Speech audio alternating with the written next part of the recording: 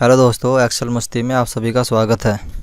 आज के हम इस वीडियो में बात करने वाले हैं कि जैम ई मार्केट प्लेस में गवर्नमेंट टेंडर को कैसे पार्टिसिपेट कर सकते हैं या फिर कैसे उसे अप्लाई कर सकते हैं।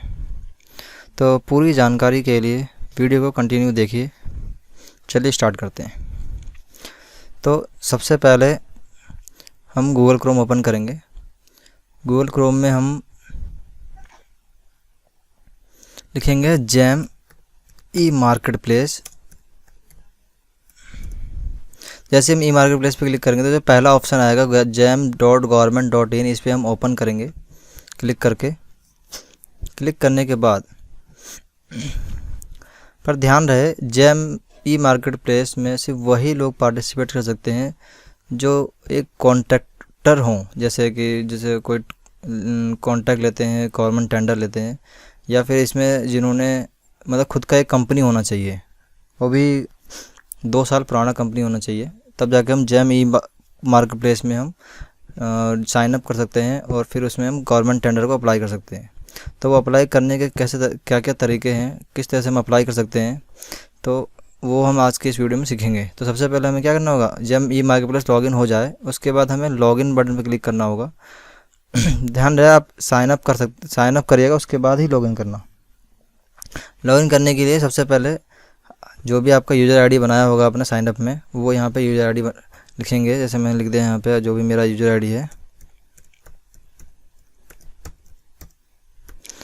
इसके बाद यूज़र आईडी लिखने के बाद हम यहाँ पे सिक्योरिटी पिन डालेंगे 5PYGS6। जैसे टाइप कर देंगे, हम सबमिट बटन पे क्लिक करेंगे। सबमिट बटन के क्लिक करने के बाद आपके पास आपका यूज़र आईडी और पासवर्ड, यूज़र आईडी सामने दिखेगा और आपको यहाँ पे सिर्फ पासवर्ड डालना है। पहले क्या होता था कि पासवर्ड और यूज़र आईडी एक साथ डालना होता था, लेकिन अब क्या कर दिया इन्होंने कि 2 भाग में डिवाइड कर दिया। एक बार यूज़र आईडी डालो, एक बार हम पासवर्ड डालेंगे। तो पासवर्ड जो भी आपका पासवर्ड बनाया होगा आपने, वो हम डाल देंगे यहाँ पे।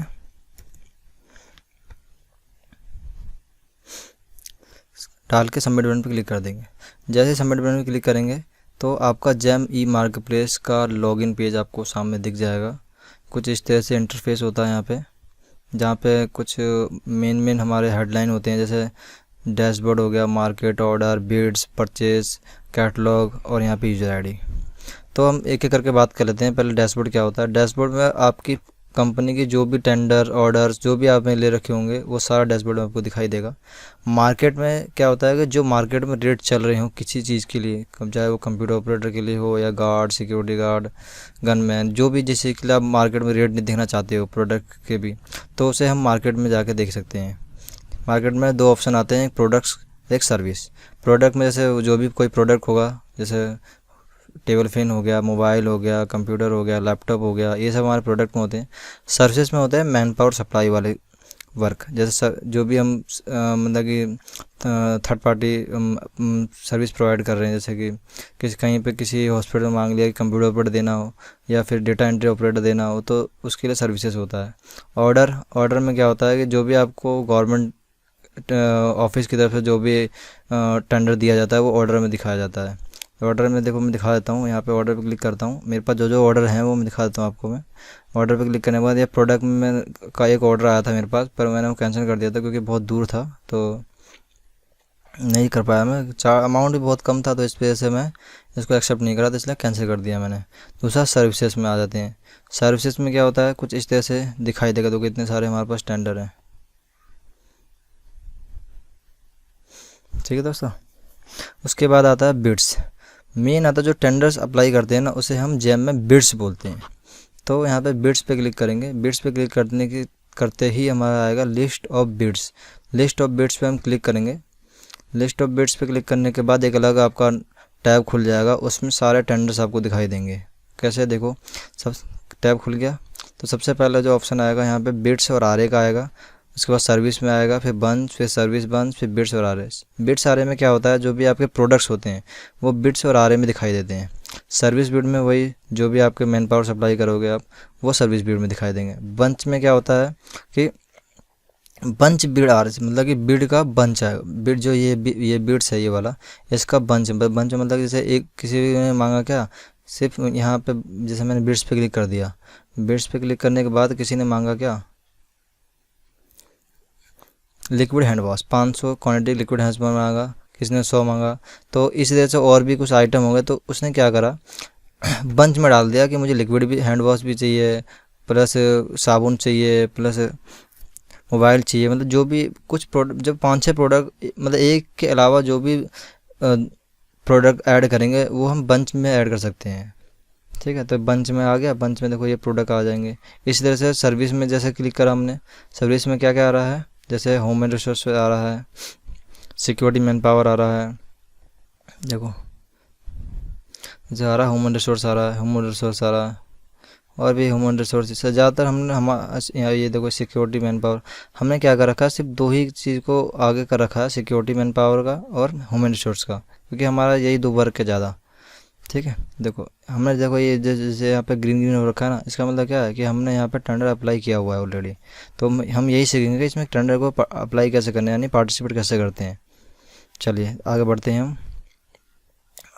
तो जैसे कोई भी एक टेंडर आप चूज़ कर लो, जैसे मैं चाहता हूँ कि ये वाला ह्यूमन रिसोर्स का 13 बंदों का, जैसे ये मैं अप्लाई करना चाहता हूँ। तो ह्यूमन रिसोर्स एक कैटेगरी है, इसके अंदर कई सारे मतलब वर्क होते हैं, जैसे डेटा एंट्री हो गया, कंप्यूटर ऑपरेटर हो गया, और तुम्हारा पियोन हो गया, हाउसकीपिंग हो गया, वो सब इसी के अंदर आते हैं। उसके बाद वो यहाँ पे शो नहीं करेगा, जब आगे देखो जैसे कहाँ दिखाई देगा बताता हूँ। देखो ये बिट्स नंबर है ना, ये बिट्स नंबर पे जैसे आप क्लिक करोगे तो एक PDF खुल के आएगा, इसमें जो जो आपकी रिक्वायरमेंट है वो सारी डिटेल यहाँ पे दिखाई देगा कि उसको क्या क्या चाहिए। जैसे मैंने क्या जेमबीट पे ये ओपन किया,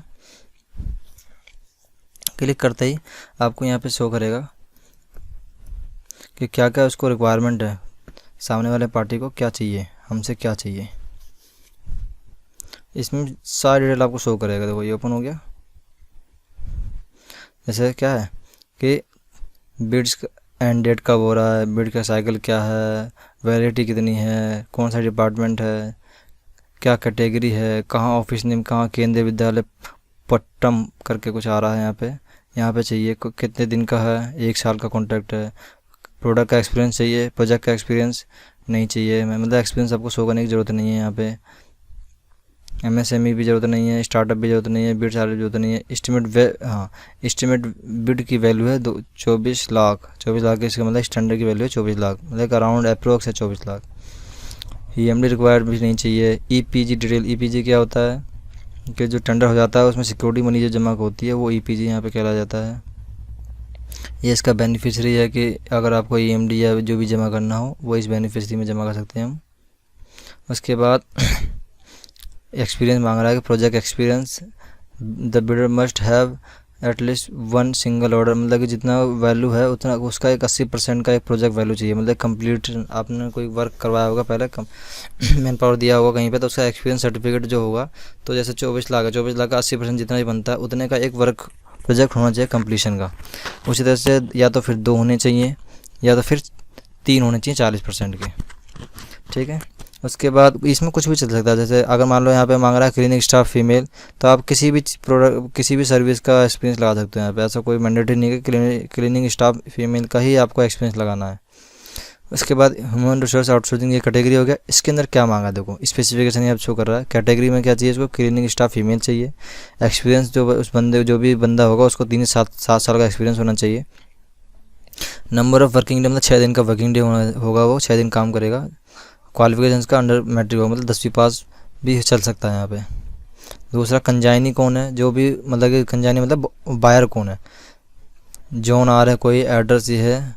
ठीक है दोस्तों, नंबर ऑफ रिसोर्सेस ये है 13। और एडिशनल रिक्वायरमेंट क्या है, minimum wages per day including ESI, PF, ELI, PF, admin charge without GST 584 रुपये 35 पैसे है। मतलब एक बंदे पे जो बायर है वो 584 रुपये 35 पैसे खर्च कर रहा है विदाउट GST। इसमें 584-35 में क्या है कि इसमें PF भी, ESI भी है, मतलब सब कुछ इसी में इंक्लूड है, हमारा प्रॉफिट भी, बोनस, EPF, ESI सब इसी में है। और वो भी 26 दिन की वर्किंग डे, मतलब कि 584 को अगर 26 से मल्टीप्लाई करेंगे तो 1 महीने की सैलरी निकल जाएगी एक बंदे की। उसके बाद यहाँ पे एडिशन टर्म एंड कंडीशन जिसे हम ATC बोलते हैं। यहाँ पे एक तो ये मांग रहा है कि ऑफिस होना चाहिए उसके स्टेट में, और भी बहुत सारे हैं, कितने ये 5 है, 5 कंडीशन है, ये 5 कंडीशन आपको वहाँ पे डॉक्यूमेंट अपलोड करने होंगे, तब जाके यह टेंडर कंप्लीट होगा आपका। ठीक है, ये मैंने इतना बता दिया कि क्या क्या रिक्वायरमेंट है, कहाँ रिक्वायरमेंट है। अब आगे बढ़ते हैं हम। आगे बढ़ने के लिए हमें क्या करना होगा, पार्टिसिपेट, यहाँ पे से क्लिक करके हम पार्टिसिपेट कर सकते हैं। तो हमने यहाँ पे क्या किया, पार्टिसिपेट पे क्लिक करा, तो हम 5 स्टेप होते हैं, देखो 1 2 3 4 5, इन 5 स्टेप को क्लियर करने के बाद ही आप टेंडर को अप्लाई कर सकते हैं। मतलब टेंडर अप्लाई कंप्लीट हो सकता है। सबसे पहले क्या, ह्यूमन रिसोर्स पे क्लिक करेंगे, यहाँ पे ये मैंने इस पर क्लिक कर दिया। उसके बाद क्या मांग रहा है, क्लिनिक स्टेप मेल, ये बिड की रिक्वायरमेंट है और हम ऑफ़र क्या कर रहे हैं वो हमारे पर डिपेंड करता है। लेकिन ध्यान रहे, जो भी बिड की रिक्वायरमेंट है वही हम ऑफ़र में शो करें। अदरवाइज जैसे मान लिया क्लिनिक स्टाफ फीमेल ये रिक्वायरमेंट है, हमने डाल दिया क्लिनिक स्टाफ मेल, तो ऑटोमेटिक टेंडर रिजेक्ट कर देंगे वो लोग। ठीक है, तो जो है वही डालेंगे। जैसे मैंने क्या किया, क्लिनिक स्टाफ मेल चाहिए, फीमेल चाहिए, तो सी प्रेस करूँगा यहाँ पे मैं। सी प्रेस करने के बाद अपना आप ये देखो आ गया क्लिनिक स्टाफ फीमेल, मेल नहीं, जो है वही यहाँ पे दिखाना है। मतलब कि जो उसकी रिक्वायरमेंट है वही हम देंगे, ऐसा नहीं कुछ एक्स्ट्रा देंगे या कम देंगे तो चलेगा नहीं काम। फिर एक्सपीरियंस यहाँ पे 3-7 का मांगा, तो हम यहाँ पे 3-7 कर देते हैं। ये क्या, नंबर ऑफ़ वर्किंग डे 6 मांगा, तो 6 ही हम भी कर देते हैं यहाँ पे। और अंडर मैट्रिक है तो अंडर मैट्रिक कर देंगे, या बस सेव एंड कंटिन्यू कर देंगे, इतना करना, बस सेम रहे दोनों, ध्यान रहना इस चीज़ की। उसके बाद आता है यहाँ पे कंटिन्यू कर देंगे दोबारा से। कंटिन्यू करने के बाद यहाँ पे आता है रेट, मतलब एक्स्ट्रा चार्जेस क्या लेना चाहते हो। जैसे कि वहाँ पे क्या था, 584 रुपये कुछ था, क्या था देख लें एक बार, क्या था 584 रुपये 35 पैसे। इसके ऊपर आप क्या लेना चाहते हो, जैसे मैंने लिखा 0.01 यहाँ पे कर देंगे तो आ जाएगा। देखो यहाँ आपको एक से नीचे डालना है। अब यहाँ पे क्या करते हो कि 0.9 भी डाल सकते हो, हाँ डाल सकते हो आराम से। मतलब एक से नीचे होना चाहिए यहाँ पे, जैसे बोला ना बिलो 1, इससे नीचे होना चाहिए। तो 0.9 डाल दिया मैंने, और यहाँ पे शो एस्टीमेट प्राइस पे क्लिक कर दिया। देखो कंजाइनी कितनी 1 है, क्वांटिटी 13 है। अदर चार्जेस जो अभी हमने 0.90 पैसे यहाँ डाल दिया। 584.35 पैसे जो आ रहा था यहाँ पे कि एक बंदे पे 584.35 खर्च कर रहा है। उसके बाद नंबर ऑफ़ सर्विस डे 26 है, 26 दिन वर्किंग डे है। उसके बाद टोटल प्राइस, मतलब कि टोटल एक साल में वो कितने रुपए खर्च कर रही है आपके, टोटल 13 बंदों के लिए एक साल में 28,18,076 रुपये 960 पैसे खर्च कर रही है कंपनी बोले तो बायर। यहाँ पे शो कर दे भाई, आप चाहो तो इसको नोट भी कर सकते हो, यही आपका है। उसके बाद प्रोसीड पे क्लिक कर देंगे, मतलब हम ओके हैं। उसके बाद इनक्रिप्ट एंड सेव पे क्लिक कर देंगे, और देन ओके बटन पे क्लिक कर देंगे। क्लिक करने के बाद आपका यहाँ पे डॉक्यूमेंट मांगेगा। क्या क्या मांग रहा है कि सर्टिफिकेट रिक्वेस्टेड इन ATC। ATC बहुत से लोग कन्फ्यूज जाते हैं कि ATC क्या है।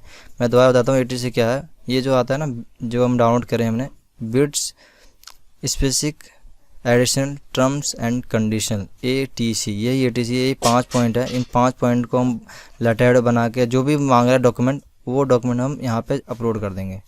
ठीक है, जैसे मैंने यहाँ पे ATC अपलोड कर दिया है। मैंने वैसे बनाया नहीं है अभी, मतलब कि जो भी है वो बनाना पड़ता है यहाँ पे। तो मैंने क्या किया, यहाँ पे मेरे पास जो ATC पहले से बना हुआ है, पुराना ATC, मैं वही यहाँ पे अपलोड कर देता हूँ। ATC अपलोड हो गया। इसके बाद MSME जो भी MSME का सर्टिफिकेट है वो यहाँ पे अपलोड कर देंगे हम। ये मैंने अपलोड कर दिया। इसके बाद अपलोड होने के बाद सेव बटन पे हम क्लिक कर देंगे। ये मैंने क्लिक कर दिया सेव बटन पे।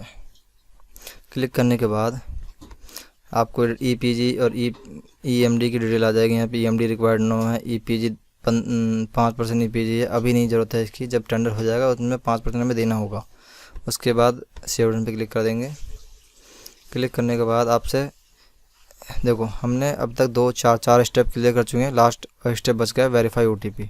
बस OTP को वेरीफाई कर देंगे यहाँ पे। ये OTP वेरीफाई हो, इसके लिए मैं एक ये पर्सनल मेल ID जो भी मतलब कि रजिस्टर मेल ID और रजिस्टर मोबाइल नंबर होगा उस पर OTP जाएगा। मैं यहाँ पे लॉगिन कर लेता हूँ रजिस्टर मेल ID को। जीमेल पे गया, मैंने यहाँ पे लॉगिन कर लिया है। यहाँ पे क्या करना है, मोबाइल पे जो OTP आएगा और मेल पे जो OTP आएगा, दोनों में से कोई भी एक OTP ले लो और यहाँ पे क्लिक डाल के इसको वेरीफाई कर दो, आपका टेंडर अप्लाई हो जाएगा। मैं करके दिखाता हूँ, OTP आने दो। OTP ये सिर्फ रजिस्टर मेल आईडी पे ही जाएगा और रजिस्टर मोबाइल नंबर पे ही जाएगा, जो भी आप जैम में आपने रजिस्टर मेल आईडी डाला हुआ हो। देखो ये OTP आ गया, यहाँ पे OTP क्लिक करा। क्लिक करने के बाद ये OTP आया, इसे कॉपी करेंगे और यहाँ पे हम पेस्ट मार देंगे। बस इसको वेरीफाई कर दो। वेरीफाई अगर करेक्ट OTP होगा, देखो OTP सक्सेसफुल हो गया, आ गया, हो गया टेंडर। हमने ना पार्टिसिपेट कर लिया है, बोलते अप्लाई कर दिया है। ठीक है, यहाँ पूरी डिटेल आ जाएगी, बिड की डिटेल क्या है, बिड की डिटेल पे क्लिक करके देखो क्या है कि एक्टिव है, कब से कब तक है, बायर कौन है, डिपार्टमेंट कौन है, जो कि मैंने यहाँ पे दिखाया है वही सेम चीज़ यहाँ पे दिखाई देगा आपको। उसके बाद अगर आप चाहते हो टेंडर को मतलब कि मतलब कि वापस लें, जैसे कि हम चाहते हैं कि कैंसिल करने के लिए, मतलब हम भरना नहीं चाहते, विड्रॉ करना चाहते, तो यहाँ पे बिड पे क्लिक कर दो, रीज़न लिखो और यहाँ पे विड्रॉ पे क्लिक कर दो। सिर्फ 3 बार ही आप विड्रॉ कर सकते हो, उसके बाद चौथी बार आप इस नए टेंडर को अप्लाई कर सकते हो, कुछ भी नहीं कर सकते उसके बाद फिर आप। ठीक है दोस्तों, आज के लिए इतना ही, मिलते हैं नेक्स्ट वीडियो में।